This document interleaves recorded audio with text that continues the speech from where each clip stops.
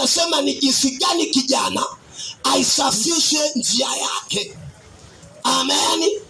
Anasema ni kwa kulitii neno la Mungu. Nami nimekwambia, ukitaka kupenya kwenye maisha yako, mtu yeyote, liishi neno la Mungu. Amen.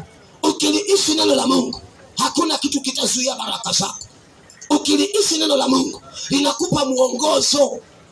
Linakupa muongozo. Neno la Mungu ni Mungu mwenyewe. Mtu yeyote anayeliishi neno la Mungu anamuishi Mungu.